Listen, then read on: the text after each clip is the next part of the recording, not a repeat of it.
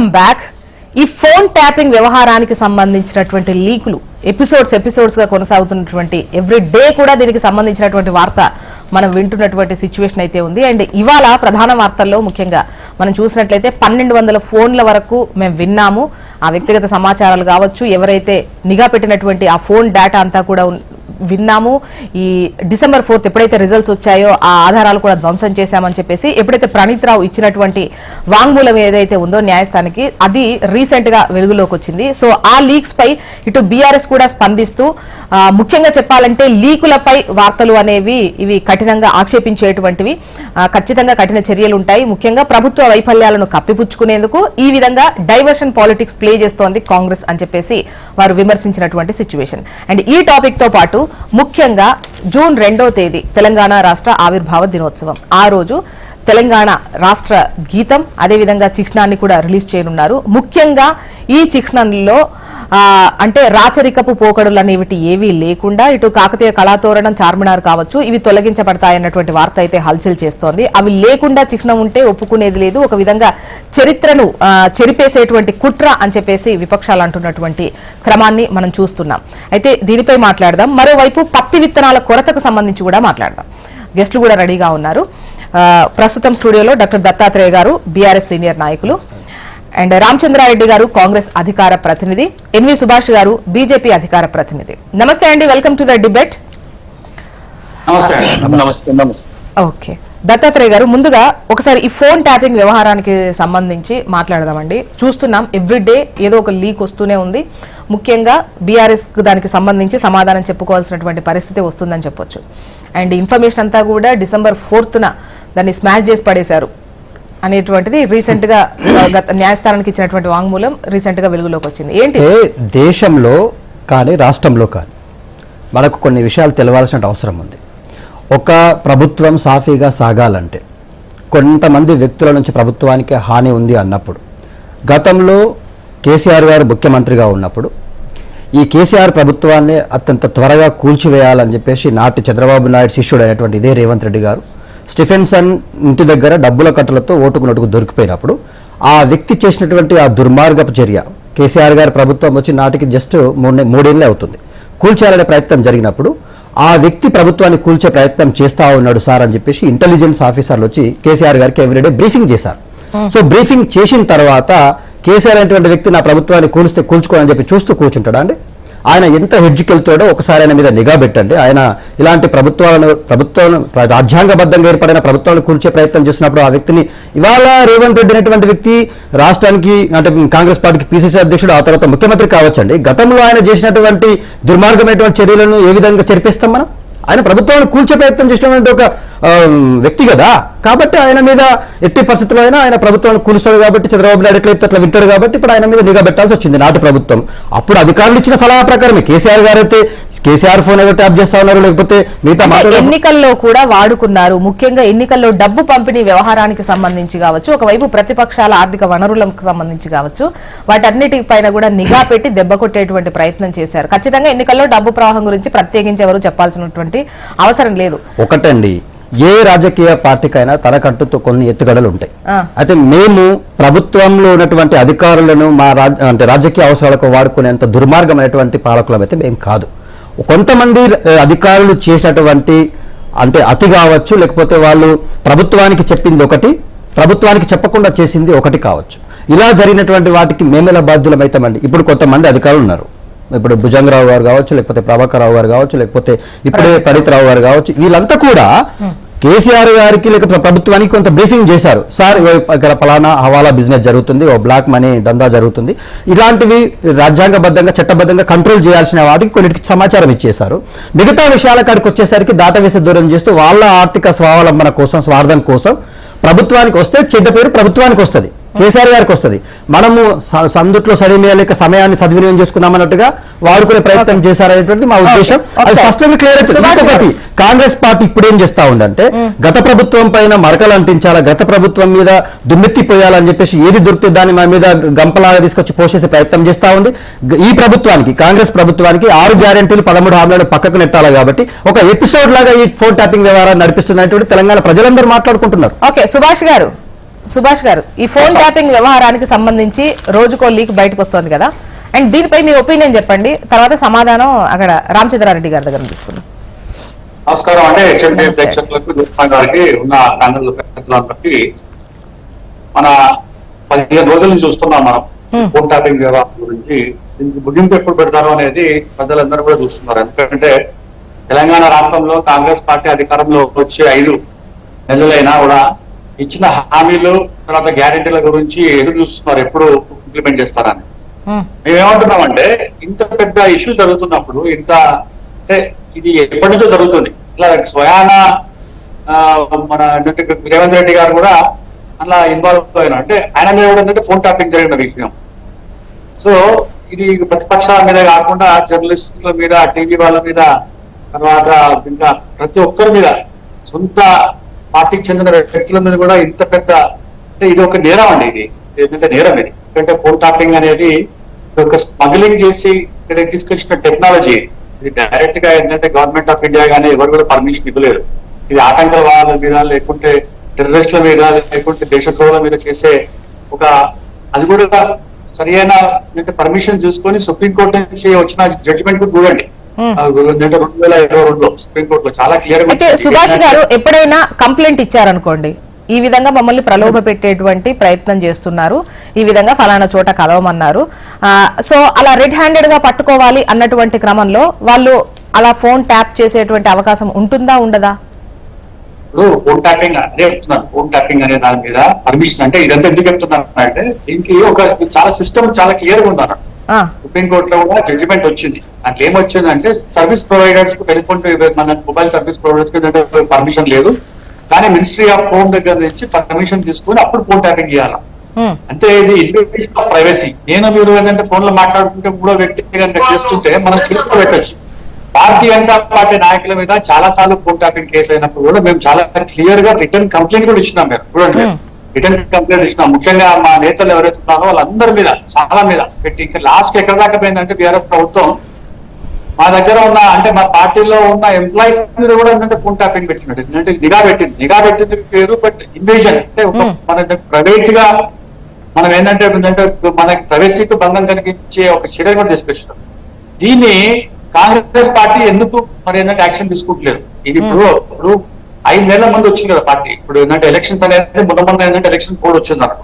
అంటే మా అమ్మాయి ఏంటంటే కాంగ్రెస్ పార్టీ కూడా ఇదే టెక్నాలజీ తీసుకొని మా మీద ఎందుకంటే ఇప్పుడు కాంగ్రెస్ వచ్చిన తర్వాతనే కదా రాష్ట్రంలో ఫోన్ ట్యాపింగ్ వ్యవహారానికి సంబంధించి ఈ ఇన్వెస్టిగేషన్, లీకుల వాట్ ఎవర్ వీటిపైన ఫోకస్ పెట్టింది. వాళ్ళు ఎందుకు పట్టించుకోవట్లేదు అంటున్నారు? ఇప్పుడు ప్రభుత్వం వచ్చి 5 నెలలు అవుతుంది. దాంట్లో స్వయాన ముఖ్యమంత్రి కూడా ఆయన మీద ఫోన్ ట్యాపింగ్ అయింది కదా. ఇంతకు కూడా అదే అంటే వీటి మీద సంయుక్తమైన దర్యాప్తు ఎందుకు చేస్తలేరు అనేది మేము ఏంటంటే ప్రశ్నిస్తున్నాం. మొన్న ఏంటంటే రేవంత్ రెడ్డి గారు 4వ తారీఖు ఎలక్షన్స్ వచ్చిన తర్వాత, ఎలక్షన్ రిజల్ట్స్ వచ్చిన తర్వాత మేము ఏంటంటే వీటి మీద అంటే చర్యలు తీసుకుంటాం. కానీ ఇది చాలా ఇంపార్టెంట్ అనే విషయం. అంటే బీఆర్ఎస్ పార్టీలో ఎవరైతే మన ఏంటంటే ఏంటంటే పోలీస్ ఆఫీసర్స్ ఉన్నారో వాళ్ళే ఇవాళ ఏంటంటే మన ఏంటంటే కన్ఫెషన్ చేస్తున్నారంటే ఏ విధంగా ఆ ప్రభుత్వం నిఘా పెట్టింది అంటే ఒక ఏంటంటే రాజకీయ ప్రత్యర్థుల మీద ఇంత ద్రోహం చేసేది. ఇప్పుడు ప్రజాస్వామ్యంలో ఎవరైనా మాట్లాడచ్చు, ఏమైనా చేయొచ్చు, అంతేగాని ఈ దాని మీద పెట్టుకొని ఏంటంటే నిఘా పెట్టుకొని మా మీద ఏంటంటే మొత్తం ఏంటంటే కక్ష సాధింపు చర్యలు తీసుకోవడానికి మేము ఏంటంటే తీవ్రంగా ఖండించినాం. ఇంతకుముందు మేము రిపోర్ట్ కూడా చేసినాం, కంప్లైంట్ కూడా ఇచ్చినాం. సో ఈ ప్రభుత్వం తక్షణమే ఏంటంటే చర్యలు తీసుకోవాలని చెప్పి ఎదురు చూస్తున్నారు. అంటే ఇది ఢిల్లీ పెద్దలు ఏంటంటే సూచన ఏమైనా ఉందా? ఇప్పుడు మీరు ఏంటంటే ఇప్పుడు ఇటువంటి దాని కొంచెం స్లో వెళ్ళండి, తర్వాత ఏంటంటే మనం ఇద్దరం కలిసి ఏంటంటే మాట్లాడుకుందాం, కాంగ్రెస్ బీఆర్ఎస్ అనే దాని మీద కూడా మాకు ఏంటంటే అనుమానాలు వస్తాయి. అంటే ఎంపీ ఎలక్షన్స్ కోసమా ఈ రిజల్ట్ వచ్చిన తర్వాత కలిసే అవకాశం ఉంటుందన్నా? రిజల్ట్ వచ్చిన తర్వాత పరిణామాలు ఎట్లుంటాయి, ఎందుకంటే బీజేపీ ఎక్కువ సీట్లు వస్తాయని చెప్పి ఇంకా ఎందుకంటే సర్వే కూడా వస్తుంది. ప్లస్ అదంటే వాస్తవం మరి దాన్ని ఏంటంటే బేస్ చేసుకొని కాంగ్రెస్ బీఆర్ఎస్ కూర్చొని ఏంటంటే మాట్లాడుకొని ఇంకేమైనా చేయొచ్చా అనేది మాకు ఏంటంటే అనుమానం ఉంది, మేము ఆరోపిస్తున్నాం. రామచంద్రారెడ్డి గారు, వైఫల్యాలను కప్పిపుచ్చేందుకే అంతకు ముందు అప్పుడు న్యాయస్థానంలో చెప్పినటువంటి ఆ వాంగ్మూలంకు సంబంధించిన వివరాలు ఇప్పుడు వెలుగులోకి రావడం, ఇప్పుడు లీకులు ఇవ్వడం అనేది ఇవి డైవర్షన్ పాలిటిక్స్ కాంగ్రెస్ చేస్తోంది అంటున్నారు. ఫస్ట్ పాయింట్ ముఖ్యమంత్రి గారు చాలా క్లియర్ గా చెప్పారు. ఈ ట్యాపింగ్ వ్యవహారం అనేది అక్కడ ఉన్నటువంటి కంప్యూటర్ల యొక్క పరిస్థితులను చూసిన తర్వాత అరే దీంట్లో ఉన్న పార్ట్స్ అన్ని ఎక్కడికి పోయినాయి అన్న దగ్గర నుంచి మొదలై చిట్ట చివరికి ఇందులో ఉన్నటువంటి పార్ట్స్ కానీ అక్కడ ఉన్నటువంటి కంప్యూటర్స్ కానీ ధ్వంసమైన దగ్గర నుంచి స్టార్ట్ అయ్యి చిట్ట చివరికి ఇది ట్యాపింగ్ వ్యవహారం అని తెలిసిందని సుస్పష్టంగా ముఖ్యమంత్రి గారు చెప్పారు.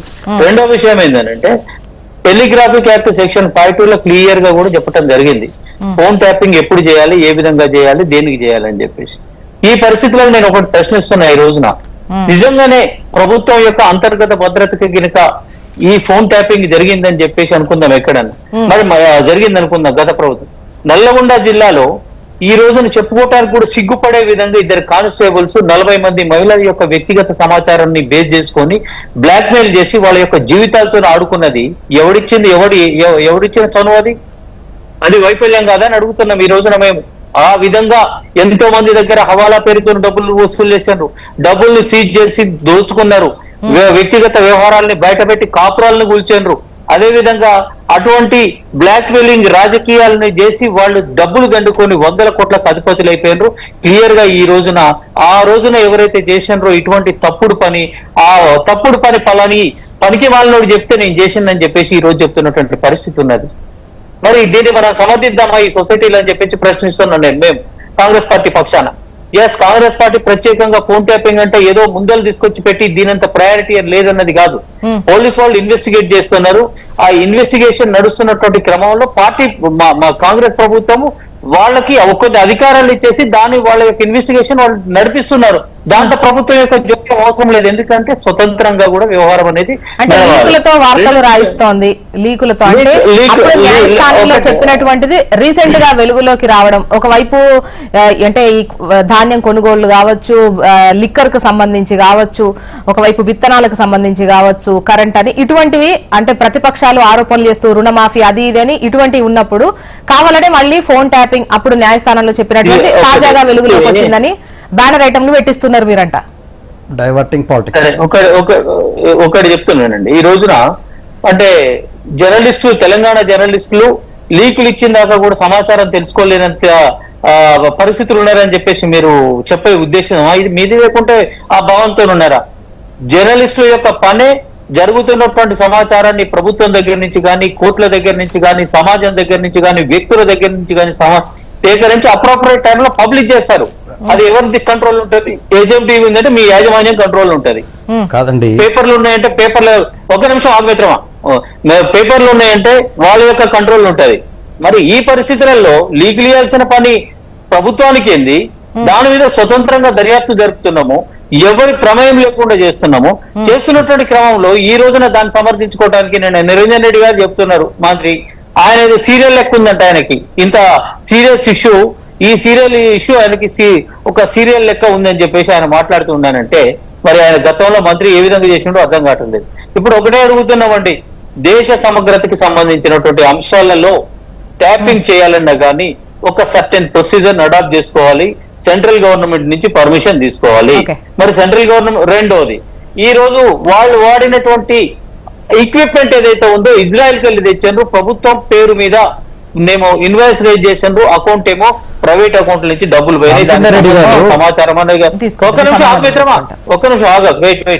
అయితే రెండవది ఏంది, ఈ విధంగా ఉంది అంటే ఇప్పుడు ఏదైనా కానీ బహిరంగంగా బాహాటంగా మ్యాటర్ ఆఫ్ రైట్ చేస్తున్నటువంటి క్రమంలో ఈ దోబూచులు అట్టలు ఎందుకు అని చెప్పేసి ఈ రోజున ప్రశ్నిస్తున్నాం మేము. వాస్తవాలు వస్తాయి, 4 రోజులు ఆగండి బయటకు వస్తాయి, తప్పు ఎవరు చేస్తే వాడు శిక్ష అవుతాడు డెఫినెట్ గా కూడా. ఇప్పుడు అరే నువ్వు ఆగే ఆగొకసేపు రామచంద్రారెడ్డి గారు, ఇప్పుడు దత్తాత్రేయ గారు కాదా అన్నది కాదు, తీవ్రమైనటువంటి ఇది ఆరోపణ. ఒకవైపు అంటే కాదండి, ఇక్కడ వాళ్ళు క్లియర్ గా 1200 ఫోన్లను ట్యాప్ చేశాము, ఒకవైపు రిజల్ట్ రోజు వాటిని ధ్వంసం చేశాము, వాడుకున్నాము, మరోవైపు డబ్బు రవాణాకు సంబంధించి కూడా కీలక పాత్ర మేము పోషించాము. అంటే అధికార పార్టీకి సంబంధించిన డబ్బు సజావుగా చేరేందుకు సహకరించాము, అట్ ద సేమ్ టైం ప్రతిపక్షాలకు సంబంధించినటువంటి డబ్బును పట్టుకున్నాము అన్నటువంటి కూడా వాంగ్మూలంలో ఉంది.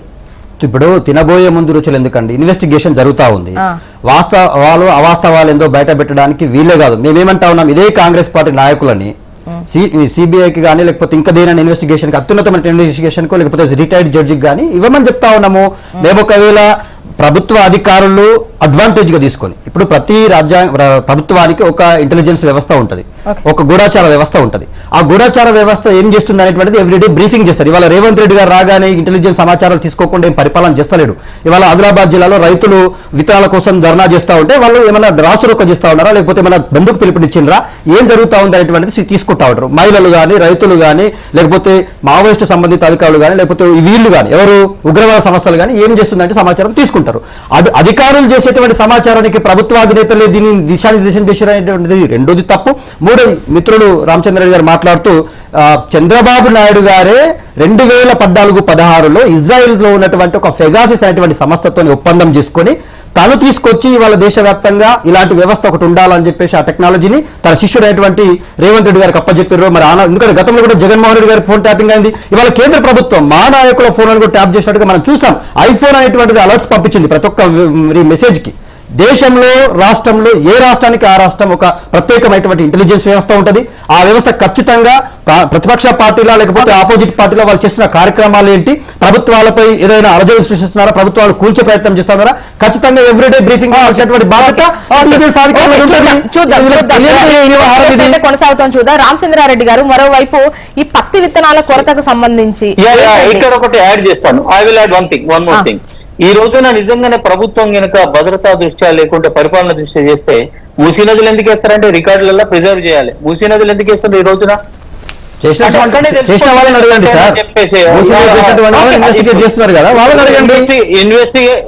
ఇన్వెస్టిగేషన్ లో పూర్తి సమాచారం వస్తుంది. కేసీఆర్ ఏం అడగటం లేదు.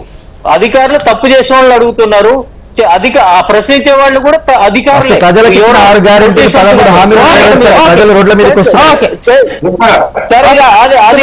ఆ విషయం గురించి మాట్లాడతాం. ఎంతవరకు చేసినా ప్రజలకు తెలుసు. ఒక్క నిమిషం రామచంద్రారెడ్డి గారు, సుభాష్ గారు దీని గురించి యాడ్ చేద్దాం అనుకుంటున్నారా? ప్లీజ్ చెప్పండి సుభాష్ గారు. ఇప్పుడు ఒకటండి, ఇప్పుడు ఈ 5 నెలల నుంచి మొత్తం అసలు నిజంగా ఆగేందంటే కాంగ్రెస్ పార్టీ అధికారంలో వచ్చిన తర్వాత హామీల గురించి మాట్లాడుతుంటే ఏదో ఒక హామీ ఏంటంటే ఇంప్లిమెంట్ చేస్తారు, మిగతా ఏమి ఇంప్లిమెంట్ చేయలేదు. మేము ఏమంటున్నాం అంటే ఈ డైవర్షన్ పాలిటిక్స్ ఎందుకు పెడుతున్నారు అంటే మీకు మొత్తం తెలుసు కదా ఇది ఇష్యూ. ఇప్పుడు కేసీఆర్ గారు ముఖ్యమంత్రిగా ఉన్నప్పుడు ఏ విధంగా ప్రతిపక్షాల పార్టీ మీద అంటే ఆయన సొంత లాభాల కోసం, సొంత ప్రయాణాల కోసం ఏ విధంగా ఆయన వాడుకున్నాడో పోలీసు వ్యవస్థలో వాడుకున్నా అందరికి తెలిసిన విషయమే. రేవంత్ రెడ్డి గారు వచ్చిన తర్వాత ఏమన్నాడు అంటే, రేవంత్ రెడ్డి గారు అంటే ముఖ్యమంత్రి రాకముందు కూడా అన్నాడు, మేము కాంగ్రెస్ పార్టీ అధికారంలో వస్తే మీ మీద అన్ని చర్యలు చూసుకుంటాం, అన్ని కేసులు పెడతాం అన్నాడు. అంటే ఈ 5 నెలలు అనేది చాలా పెద్ద ఏంటంటే ఇష్యూ. అంటే 5 నెలలు అంటే చాలా సమయం అయిపోయింది. ఈ 5 నెలల లోపల మాకేంటంటే బెనిఫిట్ ఆఫ్ డౌట్ వస్తుంది. మీ ఇద్దరు ఏమన్నా ములాఖాత్ అయిందా, లేకుంటే ఏంటంటే ఇద్దరు కలిసి అంటే తోడు దొంగలుగా ఇద్దరు ఏంటంటే దొంగలు ఏంటంటే ఊరు పంచుకున్నట్టు మీరేమైనా చేస్తున్నారు అని వస్తున్నారు. అంటే ఇది దేశ భద్రతకు సంబంధించిన విషయం. ఇదే ఇక్కడ కనుక కంటిన్యూ అయితే చాలా ఇబ్బందికరమైన వాతావరణం ఉంటుంది. రేపు మీ మీద రావచ్చు, చేస్తే మా మీద రావచ్చు. దాని మీద ఇప్పుడు ఎప్పటి నుంచో ప్రశ్నిస్తున్నాం, కంప్లైంట్ కూడా చేసినాం, కానీ స్పందన మాత్రం లేదు. ఇప్పుడు ఈ సుభాష్ గారు మాట్లాడేది ఎట్లుందంటే దయ్యాలు వేదాలు వలించినట్లుంది. ఏం చేశారు ఆయన గత 10 సంవత్సరాల కాలంలో రాష్ట్రంలో పరిపాలన ఈ విధంగా నియంతృత్వ పొక్కడలతో ఉంటే, అన్యాయాలు జరుగుతుంటే మీ అమిత్ షా వచ్చేసాం ఇక్కడ బండి సంజయ్ నీకు సంగతి చూడాలి, మొత్తం అవినీతి బయట తీయమన్నాడు. 10 సంవత్సరాలు సుదీర్ఘకాలం ఏం చేశానంటున్నా మీరు కాదా అంటగా రాస్తుంది మీ మధ్య డీల్ కుదరక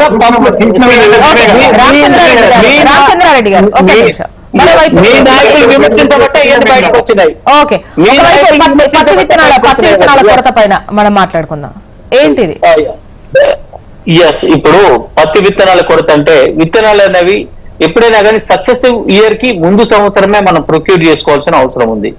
ఈ రోజున కొన్ని ప్రతిష్టాత్మకమైనటువంటి కంపెనీలు పత్తి విత్తనాలు చేస్తుంటే, నేను కూడా అడ్వకేట్ గా ఒక కంపెనీకి నేను చేసినప్పుడు మన రాష్ట్రం నుంచి దొడ్డిదారిన వేరే రాష్ట్రాలకు తరలిపోతున్నప్పుడు మేము పోలీస్ అధికారులను కలిసినప్పుడు వాళ్ళు ఇమ్మీడియట్ గా కూడా స్ట్రింజెంట్ యాక్షన్ వ్యవసాయ అధికారులతో కలెక్టర్తో కలిసి తీసుకున్నటువంటి సందర్భం ఉంది ఒక 2 నెలల క్రితం.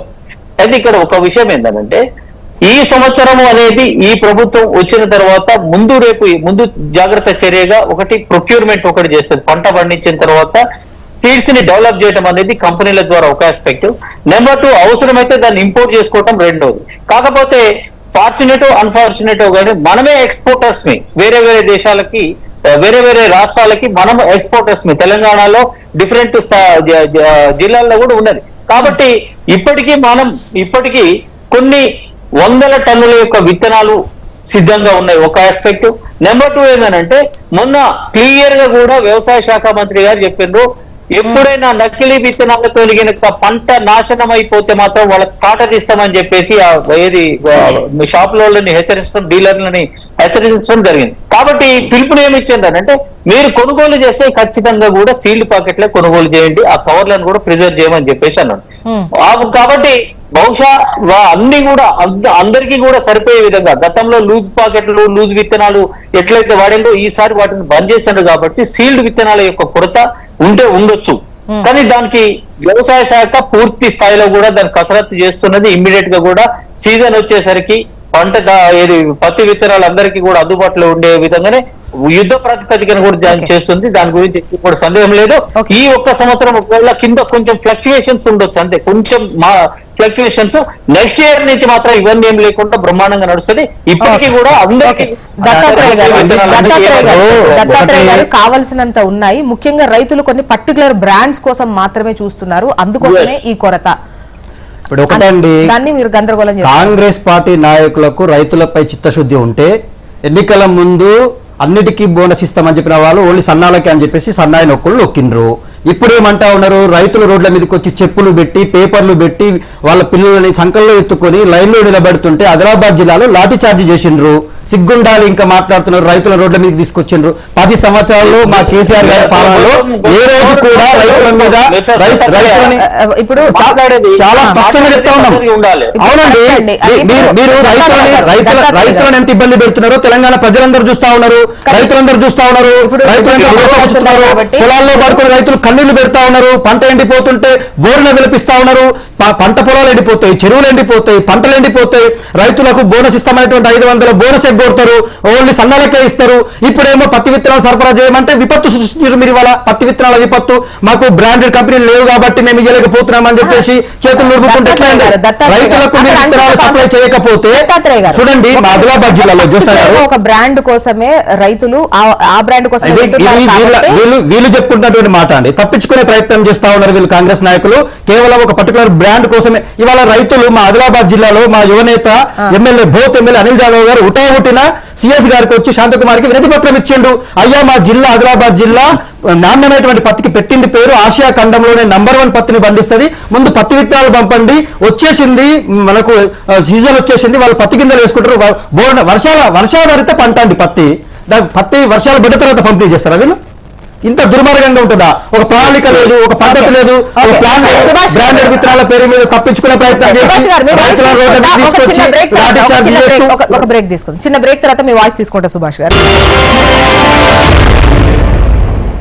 వెల్కమ్ బ్యాక్ సుభాష్ గారు.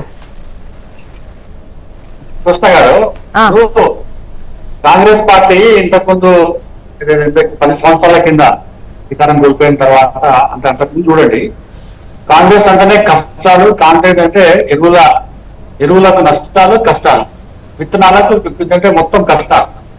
అంటే ఎరువుల దుకాణం అంటే షాప్ ఓపెన్ చేయకముందే బారులు తీసిన ఫోటోస్ కూడా చూసినాం, మనం విజువల్స్ కూడా చూసినాం. మీకు కూడా ఏంటంటే గుర్తుండొచ్చు. అదే ఇప్పుడు ఇవాళ పాస్బుక్లు పెడుతున్నారు, లేకుంటే ఏంటంటే చెప్పులు పెడుతున్నారు. అంటే విత్తనాల దగ్గర కొరత, ఎరువుల దగ్గర కొరత. ఇప్పుడు సింపుల్ గా ఒకటే అడుగుతున్నాం, ఎందుకంటే అంటే దయ్యాలు వేదాలు అనుకున్నట్టు అని చెప్పి రామచంద్ర రెడ్డి గారు భారతీయ జనతా పార్టీ తీవ్రమైన విమర్శ చేస్తున్నారు.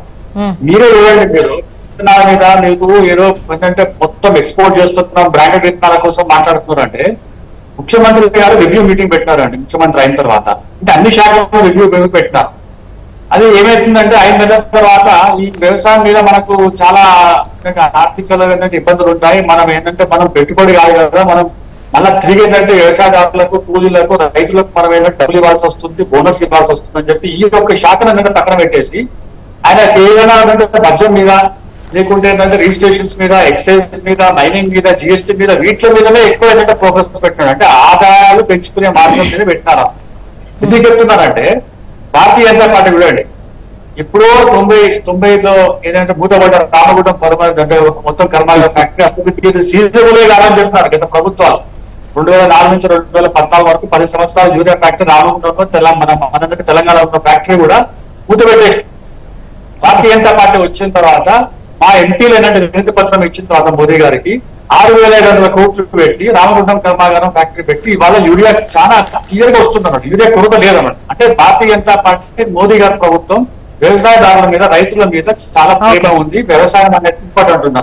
తెలంగాణ రాష్ట్ర ప్రభుత్వం ఇంత దౌర్భాగ్య స్థితి ఎట్లుందంటే మీకు క్రాప్ ప్లానింగ్ ఎందుకు లేదు? మీరు ఏంటంటే రివ్యూ మీటింగ్ పెట్టినప్పుడు క్రాప్ ప్లానింగ్ అనేది ఉంటుంది కదా. వచ్చేది ఏంటంటే యాసంగి రైతులు ఎక్కువ వీటంటే వ్యవసాయ పెడుతుంటారు. నీళ్ళు ఇవ్వాలి, తర్వాత ఏంటంటే మనం కరెంట్ ఇవ్వాలి, యూరియా ఇవ్వాలి, విత్తనాలు 4 కదా ఇంపార్టెంట్. వాటి మీద మీకు ఏంటంటే శ్రద్ధ లేకుండా బోనస్ ఇస్తా అన్నారు, అది పోయింది. తర్వాత రామచంద్రారెడ్డి గారు ఇది చేసే గత రోజుల్ని మళ్ళీ కాంగ్రెస్ గుర్తు చేస్తుంది, రైతులను మళ్ళీ లైన్ లో నిలబెడుతోంది. ఇవి సుభాష్ గారు చెప్పినటువంటి మాటలు. విజువల్స్ కూడా ఉన్నాయి కదా. సరే, మీ విజువల్స్ ఎప్పటియో ఏందో ప్రజలందరికీ అవి ఎప్పటి అనకండి రామచంద్రారెడ్డి గారు,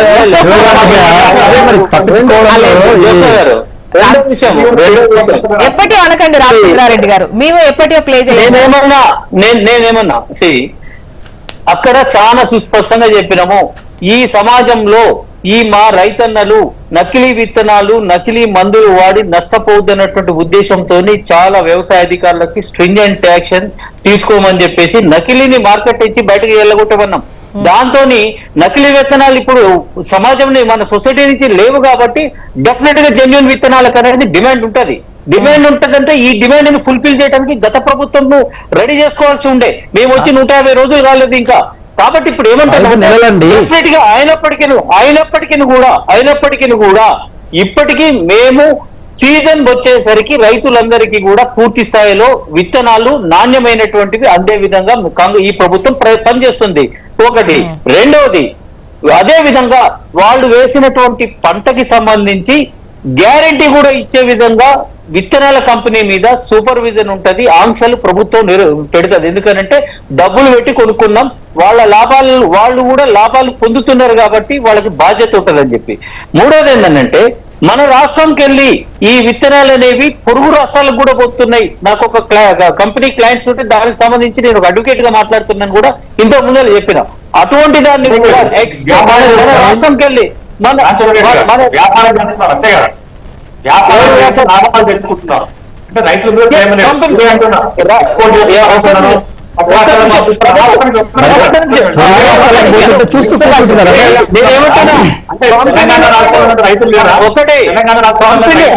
నేను చెప్పని కంపెనీల వాళ్ళు ఈ విధంగా బయటకి తరలించకుండా, అంటే ఇంకొకటి కంపెనీల వాళ్ళు తరలించుడు కాదు, ఒక ఏజెంట్ ని ఒక అగ్రిమెంట్ ద్వారా ఆ ప్రాంతంలో ఒక 1000 ఎకరాలకి ఒకరిని చేస్తే మొత్తం ప్రొక్యూర్ చేసి ఆ విత్తనాలన్నిటిని కూడా కంపెనీకి ఇవ్వాలి.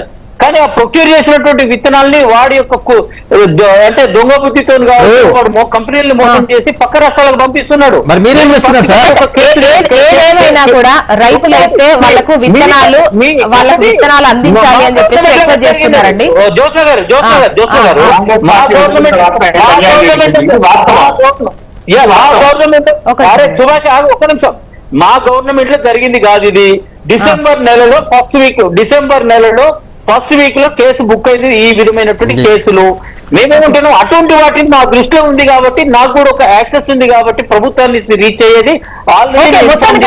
రైతులకు ఈ విత్తన కొరత లేకుండా చూడండి అండ్ నాణ్యమైన విత్తనాలు అందించండి అనేది రైతులు కూడా కోరుతున్నారు.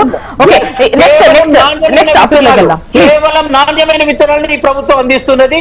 అన్ని ఏర్పాట్లు కూడా చేసే విధంగా అందరూ అదే కోరుకుంటున్నారు విత్తనాల కొరత లేకుండా చూడండి అని.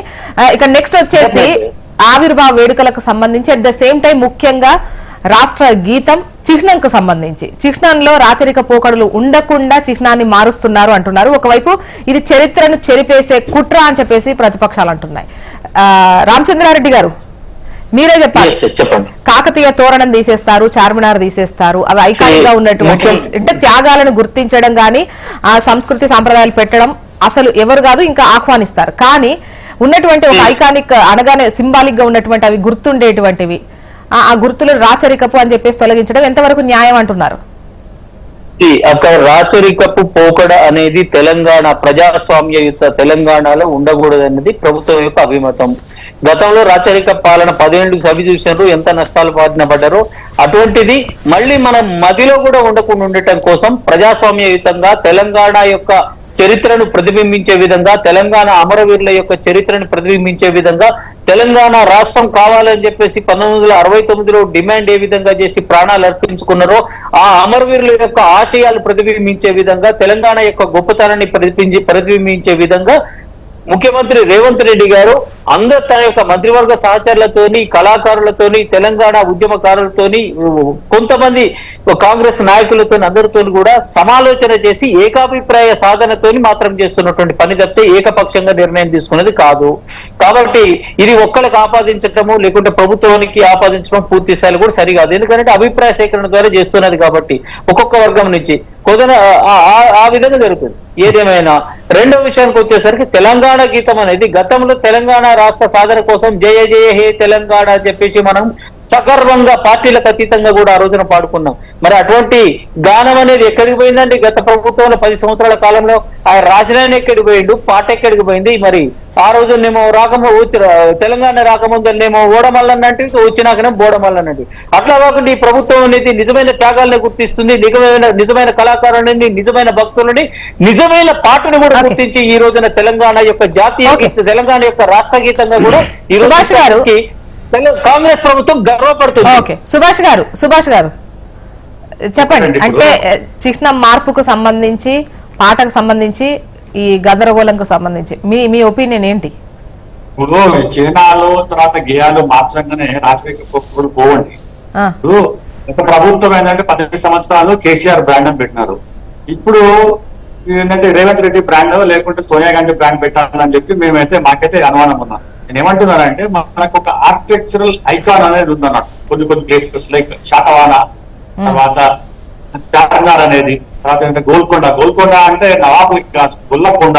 అంటే మేము ఎప్పుడు కూడా ఒకటే అంటాం, గోల్కొండ కిలా మీద కాషాయం జెండా ఎగరేస్తాం. అంటే అది గోల్కొండ ఏంటంటే మన సాంస్కృతిక. ఎందుకంటే ఆ రోజు ఆయుధ పోటాల్సిన ఎంతో మంది ఇబ్బందులు పడి తర్వాత ఏంటంటే చాలా మంది కుట్లాడి ప్రాణాలు కూడా తెగించినారు. ఇటువంటి వాళ్ళని మనం ఏంటంటే గుర్తించాల్సిన అవసరం ఉంది. అంతేగాని నా బ్రాండ్ మీ బ్రాండ్ అనేది ఏంటంటే ఇది ఏంటంటే తీసుకొచ్చడం అనేది దాని మీద ఇది ఏంటంటే మొత్తం చేయడం అనేది మేము చాలా ఏంటంటే వ్యతిరేకిస్తున్నాం. దీని మీద 100% స్పందిస్తాం అసలు వాళ్ళు ఫైనల్ చేసిన తర్వాత. బట్ ఈ గేమ్ అనే దాని మీద మాత్రం అంతశ్రీకి ఆ రోజు ఏంటంటే అవమానం జరిగింది. అది ఏంటంటే గేమ్ ఏంటంటే మేము స్వాగతిస్తున్నాం.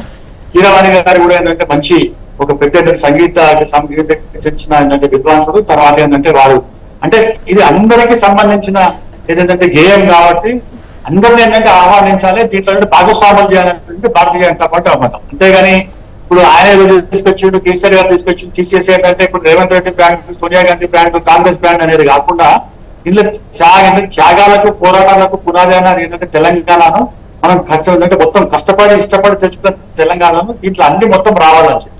ఇంకో విషయం ఏం చెప్తున్నాం అంటే తెలంగాణ ఆవిర్భావ దినోత్సవం ఏంటంటే 10 సంవత్సరాలు ఏంటంటే కేసీఆర్ గారు మరి 10 సంవత్సరాలు రాకముందే ఏంటంటే ఒక 21 రోజులు ఏంటంటే మొత్తం ఊరున వాడవాడన ప్రభుత్వ ధనంతో కంప్లీట్ చేసినారు. ఇవాళ 10 సంవత్సరాలు మళ్ళా ఇది ఏంటంటే అంటే దీంట్లో ఇది కంప్లీట్ గా అందరినీ ఇన్వాల్వ్ చేయాలి, భాగస్వామ్యం చేయాలని చెప్పి ఇంతకుముందు చెప్పినట్టు చెప్తున్నారు. కానీ ప్రత్యేకంగా సోనియా గాంధీని పిలిపించడం అనేది ఏ హోదాలో పిలిపిస్తున్నా అనేది మేము ఏంటంటే అడ్డుకుంటున్నాం. ఎందుకంటే సోనియా గాంధీని ఏ హోదాలో పిలిపిస్తుంది అంటే వాళ్ళకి ఇక్కడికి ఏంటంటే పిలిపిస్తున్నారు. యూపీఏ చైర్పర్సన్ కాదు, ఆమె ఒక సామాన్య రాజ్యసభ మెంబర్ తప్పితే అలాగనే గుర్తిస్తాను తప్పితే ఆమె ఏంటంటే వేరే హోదా ఏం లేదు. కానీ ఆమె మండలం కోసం కాంగ్రెస్ పార్టీకి చెందిన వ్యక్తులు ఇవాళ అందరినీ ఏంటంటే పక్కన పెట్టేసి ఏంటంటే ఈ మొత్తం సంస్కృతిని మన తెలంగాణ ఏంటంటే ఔనిత్యాన్ని తర్వాత తెలంగాణ పోరాటాన్ని అన్ని పక్కన పెట్టేసి సోనియా గాంధీ దగ్గర పోయి ఏంటంటే వీళ్ళు సరెండర్ అవ్వడం అనేది మేము చాలా తీవ్రంగా వ్యతిరేకిస్తున్నాం. దీని మీద కొట్లాటలకు పరిష్కారం చూపారు సోనియా గాంధీ, ఆ గౌరవం ఇవ్వాలి అని చెప్పేసి వాళ్ళు అంటున్నారు. పరిష్కారం కనుక చూపిస్తే ఏంటంటే డిక్లేర్ చేసిన నెక్స్ట్ ఇయర్ రావాలి కదా, 2010 లోపల రావాలి కదా. 5 సంవత్సరాలు ఎందుకు ఏంటంటే పోరాటం చేసినారు చెప్పండి, ఎందుకంటే డిలే చేసినారు చెప్పండి. 15,000 మంది ఏంటంటే చనిపోయిన తర్వాత ఆమె ఏంటంటే పరిష్కారం ఒక్క నిమిషం, దత్తాత్రేయ గారు. జ్యోత్స్నా గారు తెలంగాణ గాంధీ భవన్ తీసుకెళ్లి సన్మానం ఓకే, సుభాష్ గారు. 15,000 మందికి ఏంటంటే మీరు ఏంటంటే ఇప్పుడు పుట్టను పెట్టుకున్నారని చెప్పి సన్మానం చేయండి, మాకేం అద్భుతం లేదు. కానీ ఓకే. ఒక్క నిమిషం, సుభాష్ గారు. పాటు ఏంటంటే సోనియా గాంధీ బ్రాండ్ తీసుకొచ్చడం మేము తీవ్రంగా వ్యతిరేకిస్తాం. సుభాష్ గారు ఒక్క నిమిషం. ఇదే సోనియా గాంధీని రేవంత్ రెడ్డి గారు బలిదేవత అన్న మాట వాస్తవమా కాదా మనందరికీ తెలుసు. ఇవాళ బలిదేవతను తీసుకొచ్చి తెలంగాణ తల్లిని ఎట్లా చేస్తారో తెలంగాణ సమాజం మొత్తం కూడా చూస్తూ ఉంది. 1,200 మంది విద్యార్థుల బలిదానాలకు కారణమైన తెలంగాణ తల్లి అంటున్న సోనియా గాంధీ ఇవాళ ఉస్మానియా యూనివర్సిటీ, కాకతీయ యూనివర్సిటీలో ఉన్నటువంటి విద్యార్థులందరం, శ్రీకాంతాచారి, యాదయ్య అందరూ కూడా ట్రైన్ గుద్దుకున్న, స్వర్ణ అగ్నికి ఆవుతైనటువంటి విద్యార్థులు ఎందరో మంది బలిదానాలకు కారణమైంది సోనియా గాంధీ కాదా అండి? తెలంగాణ ప్రజలను, తెలంగాణ ఉద్యమకారులను, విద్యార్థులను, యువకులను చంపినటువంటి తెలంగాణ తల్లిని తీసుకొచ్చినటువంటి వీళ్ళకి ఇంకా ఏమనాలో మాకు అర్థం అవ్వట్లేదు. ఇంకోటి, చరిత్రలో ఉన్నటువంటి చారిత్రక అంశాలను చెరిపేసే ప్రయత్నం చేస్తూ ఉంది వాళ్ళ కాంగ్రెస్ పార్టీ అని చెప్తా ఉన్నా. చరిత్రను చెరిపేయాలనుకుంటే గుర్తుపెట్టుకోండి, ప్రజాస్వామ్యం అనేటువంటి భావన 75 ఏళ్ళు అవుతుంది పుట్టి, కానీ మానవ చరిత్రకు చాలా వేల సంవత్సరాలు ఉందండి. మానవ చరిత్రలో భాగంగా ఏర్పాటైనవి ఇవన్నీ వాళ్ళ కాకతీయుల కళాతోరణం కావచ్చు, మనం ఏర్పాటు చేసుకున్న చార్మినార్ కావచ్చు, ఇవన్నీ కూడా ఒక ఇన్స్పిరేషన్ మనకు. కాకతీయుల సామ్రాజ్యాన్ని చూస్తే తెలంగాణ రాష్ట్రంలో ఉన్నటువంటి గొలుసుకట్టు చెరువులు కావచ్చు, సౌభాగ్యం కావచ్చు, పంటలు కావచ్చు, పొలాలు కావచ్చు, ఈ తెలంగాణ ప్రాంతానికంటూ ఒక అస్తిత్వాన్ని కాపాడినటువంటి కళాతోరణాన్ని తీసేయడం అంటే వీళ్ళు ఏ చరిత్రను చదువుతున్నారో, మరి ఏ చరిత్ర నిర్మించాలనుకుంటారో. మనము సోనియా గాంధీ చరిత్రను పెడతారో, మరి రేపొద్దు ఇంకేమంటారు, తెలంగాణ తల్లి సోనియా గాంధీ కాబట్టి ఆమె విగ్రహాన్ని ప్రతిష్ఠిస్తామంటారో అర్థమైతలేదు. ఇక తెలంగాణకంటూ ఒక అస్తిత్వం ఉందండి, తెలంగాణకంటూ ఒక అస్తిత్వ పోరాటం ఉంది. ఇవాళ మన తెలంగాణ ప్రాంతంలో ఇదే అందశ్రీ గారు రాసినటువంటి జయ జయ తెలంగాణను యావత్ తెలంగాణ రాష్ట్రం మొత్తం కూడా పాడుకుంది. ఇవాళ మేమేమంటా ఉన్నామంటే భారతదేశం కోసం కూడా ఒక జనగణం అనేటువంటి జాతీయ గీతం ఉంది కదా, జాతీయ గీతాన్ని చాలా మంది ఇట్లాగే దేశం అభివృద్ధి చెందింది కాబట్టి కొన్ని అంశాలు యాడ్ చేయాలంటే నాటి చరిత్రను చెరిపడానికి మీరెవరు? నాటు తెలంగాణ భారతదేశం అనేటువంటిది భౌగోళికంగా ఇంత ప్రాంతంలో ఉంది, సింధు ఆ ప్రాంతాల్లో ఉంది, ఆ సింధు అనే పదం తొలగించాలని కూడా కేసేసి ఇట్లా అన్నారు. ఇప్పుడు మేమేమంటున్నామంటే జయ జయ తెలంగాణ యాజ్ ఇట్ ఈజ్ గా 10 జిల్లాల తెలంగాణ అంటే పోయేదేముందండి? కాకతీయుల కళాతోరణం అంటే పోయేదేముంది? గోల్కొండ నవాబుల చరిత్ర అంటే పోయేదేముంది? బొగ్గు అంటున్నారు. ఇప్పుడు మనము సింగరేణి సిరుల పంటని మనము మాగానిగా బంగారంగా కొలుచుకున్నాము, బంగారం అనేటువంటి పదాన్ని తీసేసి బొగ్గు అనే పదం పెడతా ఉన్నారు. అంటే వీళ్ళకు ఏమర్థం అవుతుందో మాకు అర్థం లేదు. మన సౌభాగ్యాన్ని మనం తగ్గించుకున్నట్టు, మన యొక్క ప్రతిష్టని కిందికి దిగదార్చుకున్నట్టు ఇవన్నీ చేస్తా ఉన్నారు వీళ్ళు. ఇంకోటి, ముఖ్యమంత్రి రేవంత్ రెడ్డి గారికి ఏమీ పని లేదండి. ఇవాళ తెలంగాణలో టీఎస్ అంటే రాష్ట్ర గీతాన్ని అసలు పట్టించుకున్నదే లేదు. తెలంగాణ ఉద్యమంలో జయ జయ జయ తెలంగాణకు ఎంత చరిత్ర ఉందో, వీరులారా వందనం, విద్యార్థి అమరులారా వందనం, ఉస్మానియా క్యాంపస్ లో ఉదయించిన కిరణమా, వీర తెలంగాణమా, ఏ ప్రాంతానికి వెళ్తే ఆ ప్రాంతంలో ఆ పాటలు ప్రాణం పోసినాయండి. కళాకారులందరినీ ఒక్క తాడుకు తెర్చి వాళ్ళందరి కోసం ఒక కార్పొరేషన్ కాదనేది లేదు. తెలంగాణలో సంబంధించి రివ్యూస్ పెట్టడమో, లేకపోతే ఈ పాట కాకపోతే ఇంకో పాటో, లేదంటే రాష్ట్ర గీతానికి సంబంధించి ఏం పెడదామో అనేది అసలు ఆ దిశగా ఆలోచించిన. ఇంకోటండి, తెలంగాణ ప్రాంతంలో తెలంగాణ అస్తిత్వంతో పాటు తెలంగాణ ఆత్మగౌరవానికి ప్రతీక అయినటువంటి జయ జయ తెలంగాణ గీతానికి ఒక ఆంధ్ర ప్రాంతానికి చెందినటువంటి ఒక మ్యూజిక్ డైరెక్టర్ని ఎన్నుకోవడం, అదే ఆంధ్ర ప్రాంతానికి చెందినటువంటి సింగర్స్ తో పాటలు పాడించడం, తెలంగాణ ప్రాంతంలో కళాకారులకు కొదువుందా అండి? వేల మంది కళాకారులు ఇవాళ తెలంగాణ ఉద్యమంలో ఏ ప్రాంతానికి పోయిన పాటలు పాడి ఆ పాట ఎవరు పాడారు? ఏది ఉద్యమం టైంలో ఇప్పుడు ఈ జయ రామకృష్ణ గారు పాడారు. ఆయన ఎక్కడైనా తెలంగాణ ప్రాంతం వ్యక్తే కదా అండి. అరే ఇప్పుడు వీళ్ళకి తెలియాలి కదా. ఇవి ఒకటండి, ఇప్పుడు రాతి బొమ్మల్లోన కొలువైన శివుడా రక్తబంధం విలువ నీకు తెలియదురా. తెలంగాణ తల్లులందరినీ గోసబుచ్చిన ఈ సోనియా గాంధీ ఎట్లయితే తెలంగాణ విద్యార్థులందరూ చనిపోతున్న కరుణిస్తలేదో, అప్పుడు మా మిత్రుడు మిట్టపల్లి సురేందర్ తన పెన్నును గలంతో రాసుకుండు. సాయి చంద్రు దాన్ని అద్భుతంగా పాడి తెలంగాణ సమాజానికి అందించాడు. ప్రతి తల్లి కన్నీరు పెట్టుకుంది. శ్రీకాంత తల్లి, చారి తల్లి వేదిక మీద ఏడ్చింది. వీళ్ళకి చరిత్ర తెలియదు కాంగ్రెస్ నాయకులకు. వాళ్ళు ఇప్పుడు ఒకటండి, ఇంకో విషయం అండి, దేశంలో సాంచి స్తూపాన్ని తీసుకున్నాం మనం. మన భారతదేశానికి చిన్నంగా సాంచి అశోక చక్రం ఉంది. దాంట్లో అశోక చక్రాన్ని వాళ్ళ దేశంలో ఉన్నటువంటి ఈ కాంగ్రెస్ పార్టీ నాయకులు అధికారులకు తొలగిస్తారా? కాకతీయ తోరణాన్ని ఎట్లా తొలగిస్తారు అంటున్నాం మేము. ఈ తెలంగాణ ప్రాంతానికి అది అస్తిత్వం అండి. రామచంద్రారెడ్డి గారు, ఇప్పుడు ఇంత సుదీర్ఘంగా మాట్లాడుతాను మిత్రుడు. మరి గతంలో ఇంత గొప్ప పాటలు రాసినటువంటి కవి గాయకులందరూ కూడా కనుమరుగు ఎందుకు కనిపించకపోతే మీకు కనిపించకపోతే మేమేం చేస్తాం? కవులను, గాయకులను వాళ్ళకి ఉద్యోగాలు ఇచ్చి వాళ్ళని కాపాడుకున్నామని వాళ్ళకి సంక్షేమ సంఘం పెట్టాము. ఒక నిమిషం మాట్లాడు చెప్పండి అన్న. అరే వినే ఒప్పుకుంటే జర వినే ఒప్పుకుని నేను మాట్లాడినా ఇంతసేపు మాట్లాడలేక విన్నా కదా. మాట్లాడాలి. నువ్వు ఎక్కడ పెట్టారు అంటే చెప్తున్నా, నేను ఉద్యోగాలు ఇచ్చినామని చెప్తున్నా కళాకారులకు.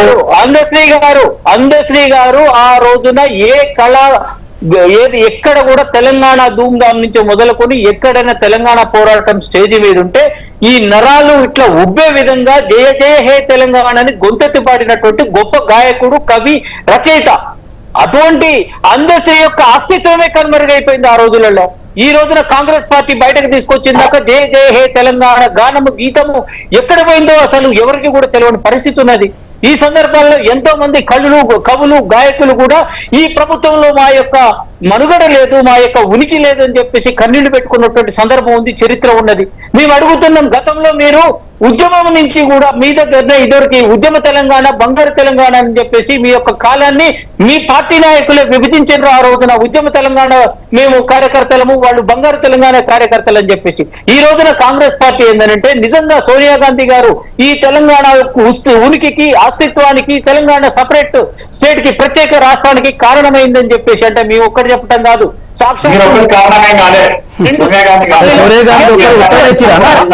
రామచంద్రారెడ్డి గారు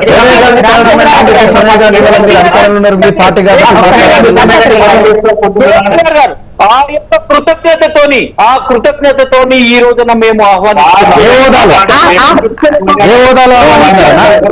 ప్రకారము నువ్వు ఇచ్చిన మాట ప్రకారం తెలంగాణ రాష్ట్రం మాకు సిద్ధించింది అని చెప్పేసి కృతజ్ఞతతో వెనక్కి తీసుకోవడం మందిని చంపడమా ఒకటి ఆ రోజున December 9 చేసుకుంటే ఏదో పేపర్ నీట జింపేసి విభజించినట్టు కాదు, ఎంతో కూడా ఎక్సర్సైజ్ చేయాలి. చేసినటువంటి సందర్భంలో తర్వాత జరిగినటువంటి ఎపిసోడ్ అందరికీ కూడా తెలిసినటువంటి విషయమే. ఎంతో మంది తెలంగాణ ఆవిర్భావంలో ఏ పార్టీ ఎంత ఉంది, ఎవరిది సింహభాగం అనేది గతంలో కూడా చాలా సందర్భాల్లో వీటిపై డిస్కస్ చేశాము. ముఖ్యంగా రామచంద్రారెడ్డి గారు స్ట్రైట్ క్వశ్చన్ వచ్చిన తర్వాత పాలన కన్నా కూడా గుర్తులు మార్చడం, పేర్లు మార్చడం, ఈ కాన్సెప్ట్ లోనే కాంగ్రెస్ పడిపోయిందా? గుర్తులు మార్చుడు కాదు, అంటే వాళ్ళ యొక్క చిత్తశుద్ధిని ఇవాళ గొప్పగా చెప్పుకుంటున్నారు. గతంలో ఎంతమంది అమరవీరులు చనిపోయారో లిస్ట్ చేయలేని దుస్థితిలో గత ప్రభుత్వం ఉన్నది. ఈ రోజున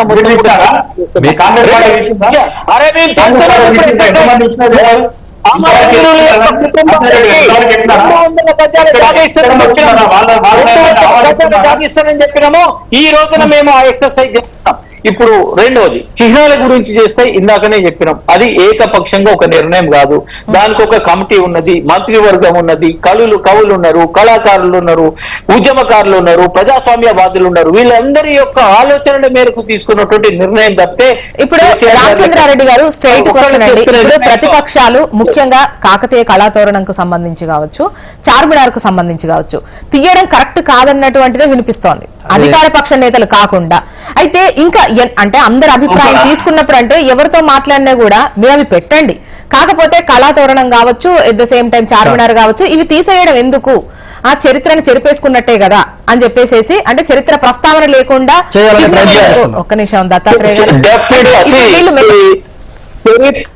చరిత్ర యొక్క ప్రస్తావన ఎప్పటికప్పుడు కళ్ళల్లో ఇట్లా వేలు గుట్టే విధంగా మనకి బాధలు అనేవి గుర్తు రావద్దు అని చెప్పేసి రాచరికపు పాలన అనేది ఈ ప్రజాస్వామ్యక తెలంగాణలో, సామాజిక తెలంగాణలో, బలహీన వర్గాల తెలంగాణలో ఆ యొక్క దొరతనం గాని లేకుంటే రాచరిక పోకడల యొక్క ఊసుండకూడదన్నటువంటి ఉద్దేశంతో చేసినామని చెప్పేసి రేవంత్ రెడ్డి గారు సుస్పష్టంగా కూడా చెప్పడం జరిగింది.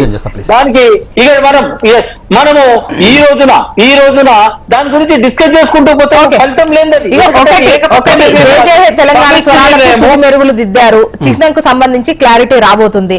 అయితే సుభాష్ గారు అంటున్నారు ఎట్ ద సేమ్ టైం, అంటే దీనికి సంబంధించి పూర్తి పిక్చర్ వచ్చిన తర్వాత, ఎందుకంటే మేము కూడా యాక్సెప్ట్ చేసేటువంటి విధానంలో లేము అని చెప్పేసి అంటున్నారు.